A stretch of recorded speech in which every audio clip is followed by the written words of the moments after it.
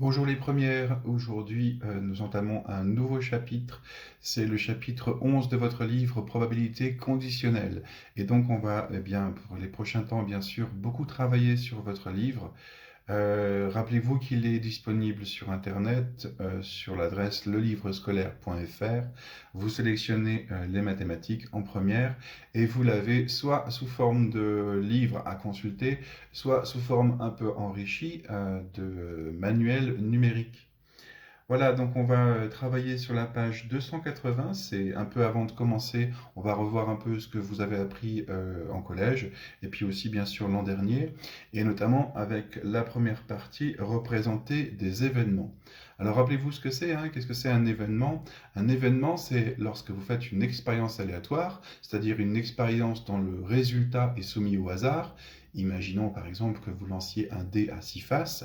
Qu'est-ce que c'est un événement? Eh bien, c'est un ensemble de résultats possibles. Par exemple, l'événement, le résultat est pair. Si vous lancez un dé à 6 faces, avec les 6 faces numérotées de 1 à 6, l'événement, le résultat est pair. C'est un événement qui est fait de 3 possibilités, 2, 4 et 6. D'accord? Donc ces événements-là, généralement, en mathématiques, on les note avec des lettres en capitales. Par exemple, A, B et C. Si on se réfère encore à cette même expérience aléatoire où l'on serait un dé à 6 faces, A pourrait être le résultat est pair, B, ça pourrait être le résultat est un multiple de 3, et puis C, ça pourrait être par exemple le résultat est supérieur ou égal à 3. Donc il y a autant de possibilités hein, que vous pouvez imaginer pour construire des événements A, B ou C à partir d'une expérience aléatoire. Mais ici, on va apprendre à représenter dans un diagramme de Venn, ou du moins on va revoir comment représenter dans un diagramme de Venn A inter B. Ce symbole-là se lit inter. Ça veut dire quoi? Ça veut dire en même temps dans A et dans B. Alors, les diagrammes de Venn, comment ça fonctionne? En fait, ce sont des diagrammes qui sont des diagrammes logiques assez simples. Quand vous avez un cercle, alors ce sont des cercles généralement qu'on retrace, en tout cas historiquement, John Venn, à qui on doit donc, ces diagrammes-là, il avait appelé ça, lui, des cercles eulériens, quand il a présenté ça au monde scientifique à la fin du XVIIIe siècle. Donc c'était des cercles en fait. Et c'est des cercles qui délimitent, chacun d'entre eux délimitent deux zones du plan, l'extérieur et l'intérieur. Donc quand vous avez un cercle ici avec un A à côté, ça veut dire que si vous êtes à l'intérieur, vous êtes dans l'événement A. Et si vous êtes à l'extérieur, c'est que vous êtes en dehors de l'événement A. Qu'est-ce que ça veut dire être dans A inter B? Et ça aussi, c'est un événement d'ailleurs, A inter B. C'est une zone du plan. Ça veut dire que vous êtes en même temps dans A et dans B. Alors souvent, ça se dit A intersecté à B.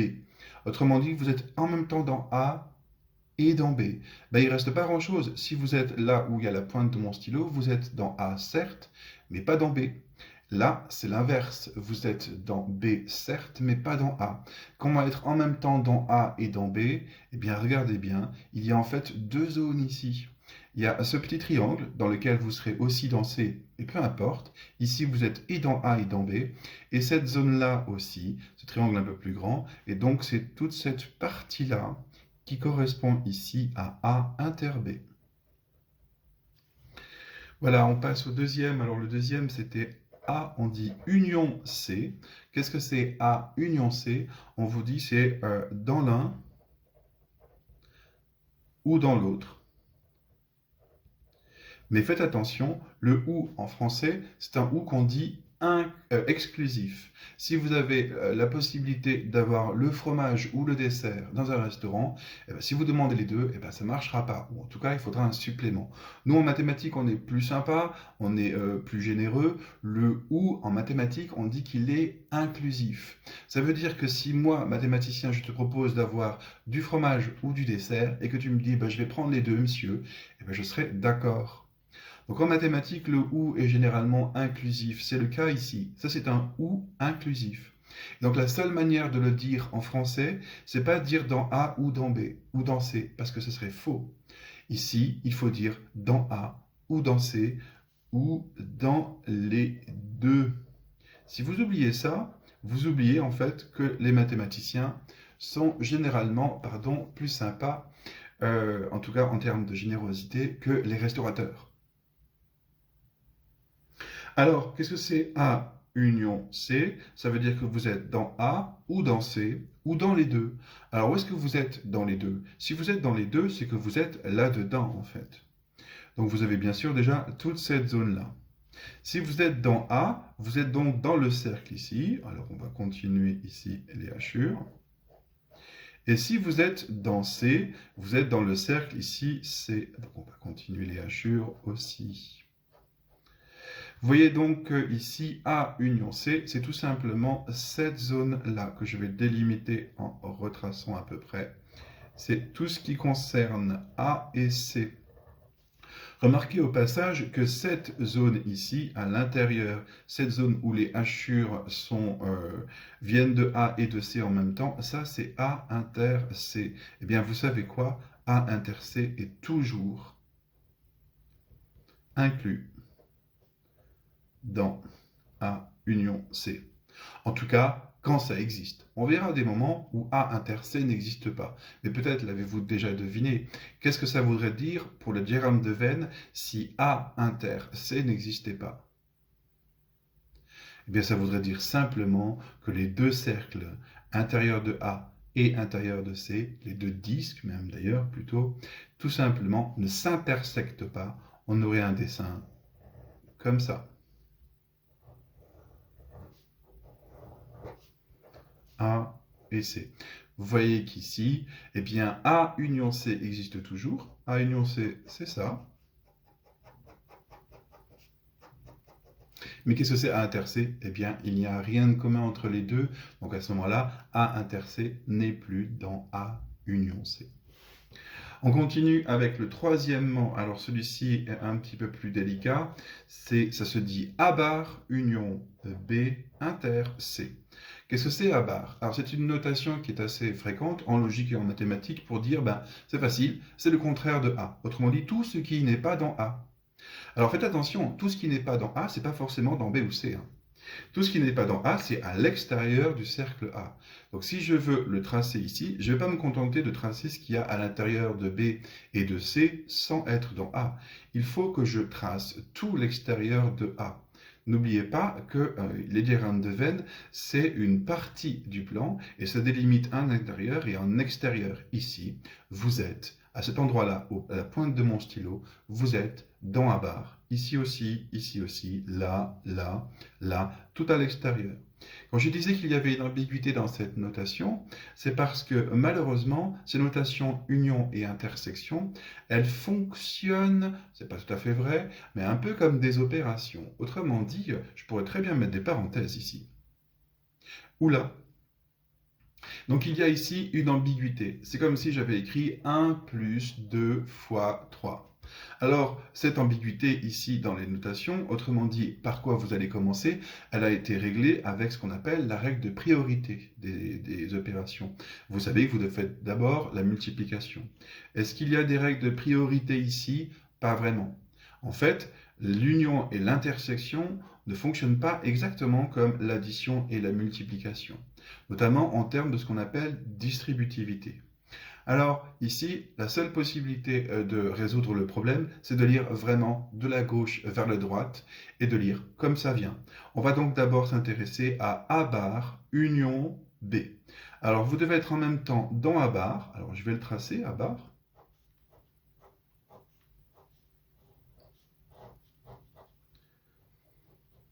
Voilà. Et puis, vous avez aussi B ici, donc je m'intéresse à A bar union B. Vous devez être soit dans A bar, soit dans B, soit dans les deux. Qu'est-ce que c'est B? C'est ça. Du coup, vous êtes où ça? Où est-ce que vous êtes dans A bar union B? Eh bien, vous êtes dans les hachures dans le sens là, ou dans les hachures dans le sens là, ou dans les deux. Alors, où est-ce que c'est les deux? Les deux, c'est toute cette petite zone-là, en forme de lune, ici, de B. Et puis, cette zone-là, en fait, dans cette zone-là, vous êtes encore dans B, mais vous n'êtes plus dans A bar. Cela dit, A bar union B, c'est tout simplement l'extérieur de cette figure. Vous êtes soit dans CHUR, soit dans CHUR, soit dans les deux. Donc cette première partie-là, vous êtes à l'extérieur de cette zone-là que je viens de retracer ici. Et puis continuons par intercer. Donc intercer, ça veut dire que vous allez intersecter cette zone-là avec C. Alors C, qu'est-ce que c'est? C'est ça. Et vous devez donc être à l'extérieur en même temps de cette zone et dans C. Je vous laisse une seconde pour réfléchir. Vous devez donc être à l'extérieur de cette zone et danser. Si vous êtes là, vous êtes à l'intérieur de la zone, ça ne marche pas.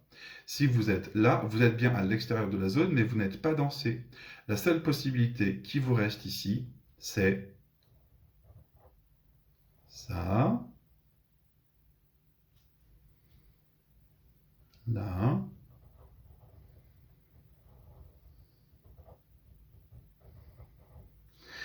et là.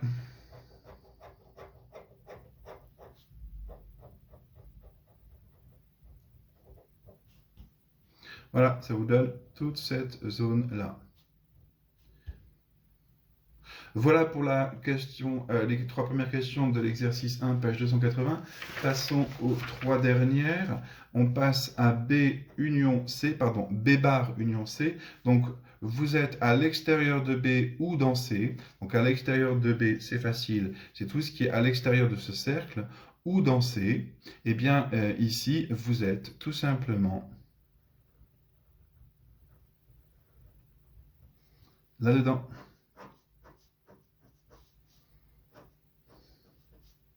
Alors attention, hein,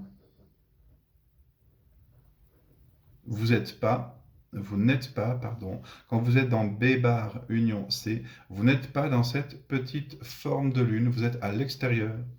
On continue avec B bar union C bar. Alors qu'est-ce que c'est B bar union C bar? Vous êtes pas dans B ou pas dans C. Oula, ça commence à être compliqué ça. Ben non, c'est pas si compliqué que ça en fait. Vous n'êtes pas dans B ou pas dans C. Autrement dit, vous êtes à l'extérieur de B ou vous êtes à l'extérieur de C.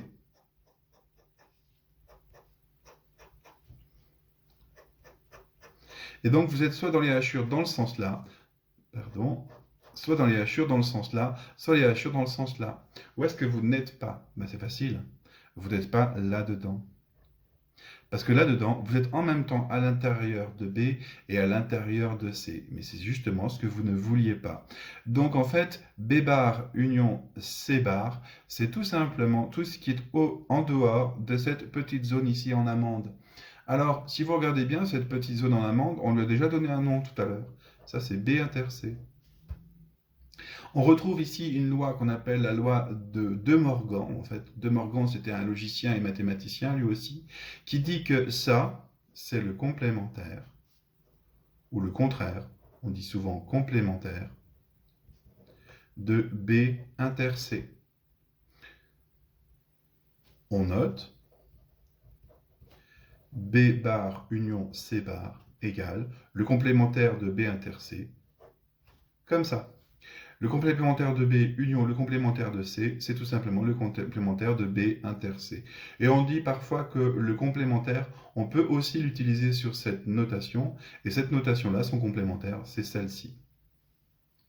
Alors, on passe maintenant au dernier. Ici, c'est B bar inter C bar. Alors, c'est le même dessin qu'ici tout à l'heure, mais cette fois-ci, vous devez être dans les deux en même temps. Alors, être dans les deux en même temps, ben, regardez bien ici.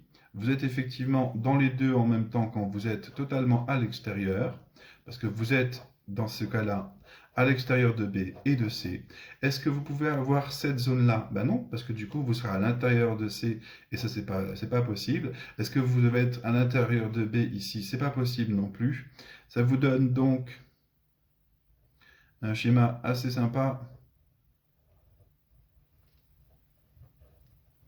Vous n'êtes ni dans B, ni dans C. Oh, pardon.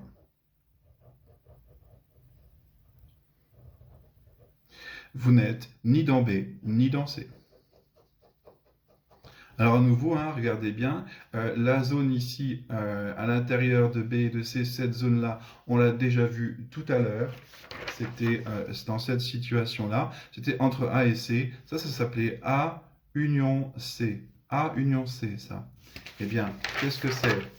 Cette zone-là, ça c'est B union C, et on trouve ce qu'on appelle la deuxième loi de De Morgan, c'est que B bar inter C bar, ce que j'ai assuré, c'est le contraire de B union C. C'est tout simplement le complémentaire ou le contraire de B union C. Voici pour l'exercice 1. Alors on passe à l'exercice 2, du coup exercice 2, page 280. Donc ici, on vous a donné certaines informations en termes de probabilité.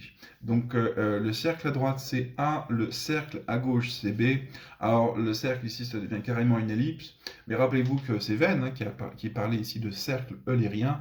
Nous on appelle ça des diagrammes de Venn. Certains mathématiciens même se permettent de dire que ce sont des patatoïdes. Alors pourquoi patatoïdes? Parce que ces figures-là, c'est pas forcément des cercles, hein, peu importe. C'est tout simplement une région qui sépare le plan en deux parties, l'intérieur de la région et l'extérieur.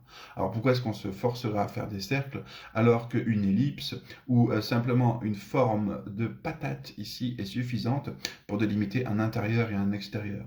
Alors revenons ici aux probabilités. On vous dit que P de A égale 0,75. Alors qu'est-ce que ça veut dire ça, P de A égale 0,75? Ça veut dire que si jamais vous jouiez aux fléchettes, eh bien, si vous lancez au hasard sur cet écran, en fait, votre fléchette, et dans cet écran, imaginons que c'est tous les résultats possibles, eh bien, vous auriez, dans mon jeu ici, dans le jeu de l'exercice 2, eh bien, une probabilité de 0,75 de tomber à l'intérieur de A. Alors ça veut dire quoi 0,75? Ça veut dire 3 chances sur 4. Vous auriez 3 chances sur 4 de tomber dans la zone de A. Donc ça veut dire que quand on commence à écrire des choses comme ça, vous voyez que chaque point du plan, celui-ci, celui-ci, celui-là, celui-là, celui-là, celui-là, eh bien, il n'a pas la même probabilité hein, d'arriver que d'autres. Ce point-là a probablement moins de chances d'être atteint que ce point-là, puisque ceux-là ont 3/4 de chances d'être atteints. Tous les points qui sont à l'intérieur de A ici, ils totalisent 75% des résultats statistiquement. Alors vous avez P de A qui vaut 0,75, P de B qui vaut 0,2 et puis P de A inter B qui vaut 0,1. Et on vous demande dans la première question eh bien, de compléter ici les pointillés dans ce diagramme de Venn. Alors attention, une erreur assez classique, c'est de dire que ce 0,75 on va le retrouver là. Mais c'est faux. Parce que quand on veut écrire ici quelque chose, ce qui nous intéresse ici, ce n'est pas la probabilité de ce qu'il y a dans A, c'est la probabilité de ce qu'il y a dans cette zone-là. Un diagramme de Venn, ça se lit comme ça aussi, d'accord? Si vous mettez des informations à l'intérieur d'une structure, regardez bien les zones de la structure, ça ne va pas jusque-là. La zone de la structure ici, et celle dans laquelle on va mettre un nombre ici, ça correspond à cette valeur-là. Cette zone-là est plus petite que la zone A, donc cette zone-là a une probabilité inférieure à 0,75. De même, pour cette zone-là ici, dans cette zone-là, vous avez une probabilité inférieure à 0,2. Alors qu'est-ce qu'il vous reste? Il vous reste ça, parce que A inter B, c'est exactement cette zone-là. Alors c'est bien parce que du coup, dans cette zone, vous savez que vous avez une probabilité de 0,1 d'être à l'intérieur, 10% de chance de tomber là à l'intérieur quand vous lancez cette flèche. Et alors, qu'est-ce que je vais faire de ça et de ça? Regardez bien, si ici vous avez 10% de chance de tomber alors que vous avez 75% de chance de tomber là-dedans, ici bien sûr vous avez 0,75 moins 0,2 moins 0,1 pardon, ça fait 0,65, soit 65% de chance d'être à l'intérieur de cette zone. De même pour B, ici vous avez 0,2 en probabilité ici, vous avez 0,1 ici, à cet endroit-là, vous avez 0,2 moins 0,1, ce qui vous donne 0,1.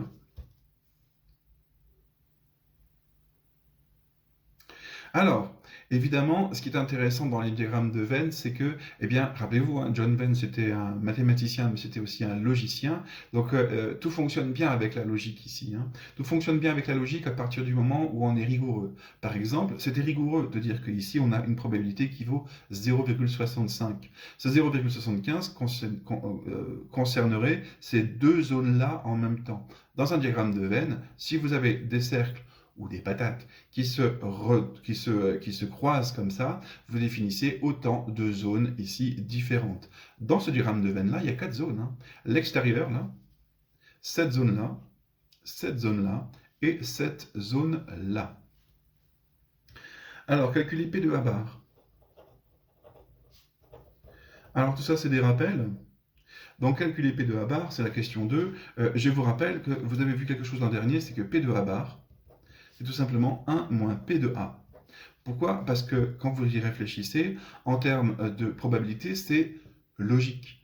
Soit vous êtes, quand vous lancez votre flèche, à l'intérieur du cercle A, soit vous êtes à l'extérieur, d'accord? Mais si vous avez 75% de chance d'être à l'intérieur du cercle A, vous vous rendez bien compte que vous avez 25% de chance d'être à l'extérieur du cercle A. Autrement dit, 75 plus 25, ça fait 100%. Autrement dit ici, ce 0,75 ici, si vous en faites 1 moins 0,75, vous obtiendrez ici 0,25 P de A bar. C'est 0,25. Ensuite, calculez P de A union B. Alors, qu'est-ce que c'est P de A union B? C'est la probabilité d'être dans cette zone-là. Autrement dit, d'être dans celle-là, ou dans celle-là, ou dans celle-là. Alors intuitivement, ça vaut combien? Si vous regardez bien, la probabilité d'être dans celle-là, ou dans celle-là, ou dans celle-là, c'est tout simplement 0,1 plus 0,1 plus 0,65. Mais cela dit, vous avez appris une autre formule l'an dernier. Vous avez appris ça. P de A union B plus P de A inter B égale P de A plus P de B. Alors voyons si ça marche ici, hein. Alors la probabilité de A union B, c'est ce qu'on cherche. La probabilité de A inter B, c'est tout simplement 0,1. La probabilité de A, c'est 0,75. La probabilité de B, c'est 0,2. Donc P de A union B, c'est tout simplement 0,75 plus 0,2 moins 0,1, c'est-à-dire 0,85. Est-ce que ça correspond à l'analyse qu'on a faite avant en se disant, tout simplement, c'est la probabilité d'être là-dedans, plus celle-là, plus celle-là. Eh bien, 0,1 plus 0,1 plus 0,65, ça fait aussi 0,85. Avec les deux résultats sont égaux, les deux raisonnements sont valides, bien sûr. Pour trouver la probabilité d'une réunion, vous pouvez compter tout ce qui est dans cette réunion de façon, on dit, disjointe. Et oui, effectivement, ces trois zones-là, si vous regardez bien, elles sont disjointes. Les trois zones, celle qui correspond à ce 0,1, la zone qui correspond à ce 0,1 là, et la zone qui correspond à ce 0,65, elles sont disjointes, on dit. D'accord? Elles se touchent à la frontière ici, mais elles ne s'interpénètrent pas l'une l'autre. Par exemple, A et B ne sont pas disjoints. A, c'est tout ça, B, c'est tout ça, il y a une intersection. Mais les trois zones-là, si vous regardez bien, elles sont l'une à côté de l'autre, sans se rencontrer vraiment. Donc ce raisonnement-là, il est valide. Ce raisonnement-là ici, de la formule que vous avez vue l'an dernier, il est valide aussi, bien sûr. On vous demande P de A bar union B, inter B, donc A bar inter B. Je pense que ça vaut le coup quand même de s'intéresser à voir ce que c'est ici dans ce diagramme de Venn. A bar, qu'est-ce que c'est? C'est tout ça. Attention, hein, avec A bar, vous entrez à l'intérieur de B aussi, autrement dit dans cette zone, mais pas là-dedans. Et vous devez être en même temps là-dedans et en même temps dans B. Alors où est-ce que c'est dans B? C'est ça. Et A bar inter B, qu'est-ce que c'est? C'est en même temps ça et ça. Autrement dit, c'est cette zone-là. P de A bar inter B, c'est donc 0,1. Voilà pour l'exercice 2, messieurs, dames.